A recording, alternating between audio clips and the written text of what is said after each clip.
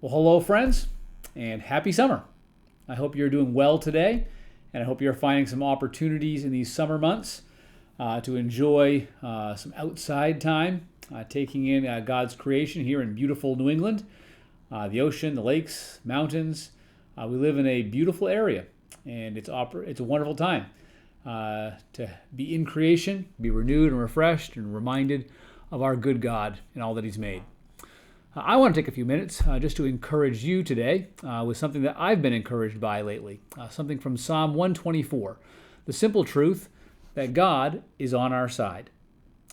And we need to be reminded of this simple truth because we all walk through events in life that seem to tell us otherwise, that seem to tell us that God is not on our side.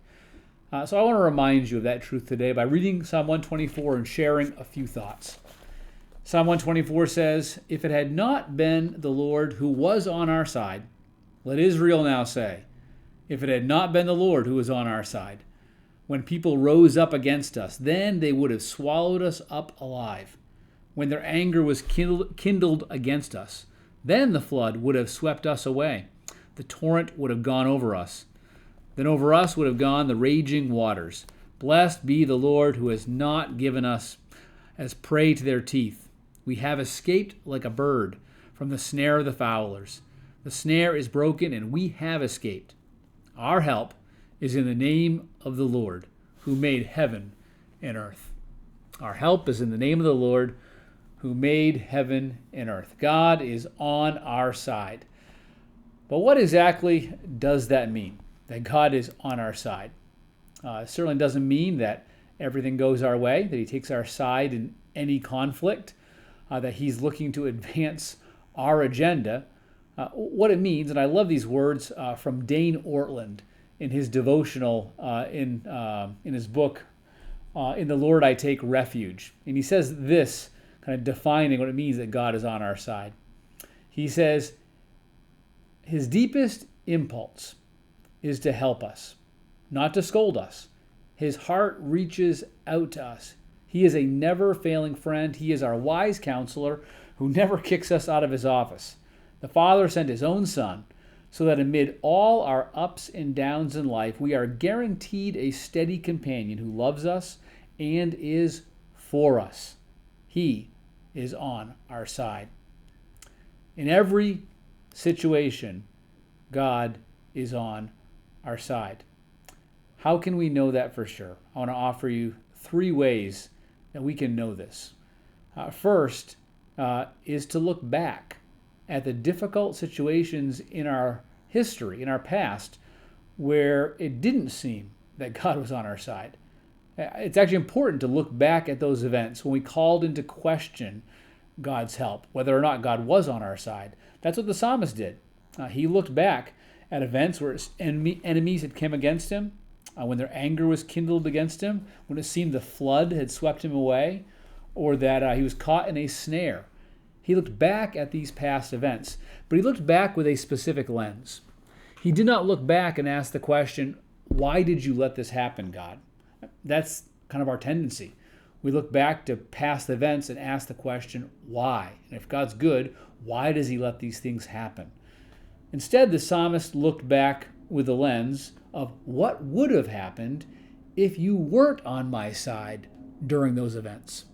It's a completely different perspective. He's looking back, looking for the grace of God. And when he looks, he finds it. I've been following a podcast recently by Pastor John Ortberg, and he does a daily 10-minute teaching. And he shared one recently talking about our tendency to be more prone to see the headwinds in our lives versus the tailwinds in our lives. Kind of like you're riding a bike, and if you're riding against the wind, man, you are really aware of the headwind. It makes the going harder. But if you're going with the wind, the tailwind, you don't notice it as much. We just think, we're doing well pedaling the bike. We're more prone to notice headwinds than tailwinds. We're more prone, looking back, just to see the things we don't like, the difficult events, and wonder, why did God let that happen? Why are things against me in life? But if we will look back and look for the hand of God, how did God sustain us during a difficulty? How is God shaping our character during a difficulty? How is God working through us during that time, or preparing to work through us in another time? If we look back and look for the tailwind, we will see it. The truth is, because of the grace of God, there is way more tailwind in all of our lives than headwind. But we have to look for it. So look back and look at those difficult events and look for the grace of God that was sustaining, helping, redeeming in those seasons. Second, look out at the corporate witness of God's people, to the fact that God is on our side. The tendency is to look at our own individual stories and compare them with others, to assess for how difficult is my life compared to others' lives. How difficult is my ministry setting versus to others' ministry setting. That's a fool's game. Instead, the psalmist invites Israel to tell their story, the corporate story. The psalmist said, "Let Israel now say, if God had not been on our side." They have a corporate story together, a story of God's deliverance, God's sustaining work, God's help. And we're part of that story. That story has become ours in Christ, and we have even more to tell, what Jesus has done for us. And so we need to regularly remind ourselves to look for God's help in the corporate story, not just in our own personal stories. And then thirdly, we need to look up to the cross of Christ. We certainly have much reason in our personal lives and in our corporate life together to be confident that God is on our side. But our chief reason to be confident in God's help and the fact that God is on our side is to see what he has done in the cross of Christ. This is what Paul said in Romans 8. If God is for us, who can be against us?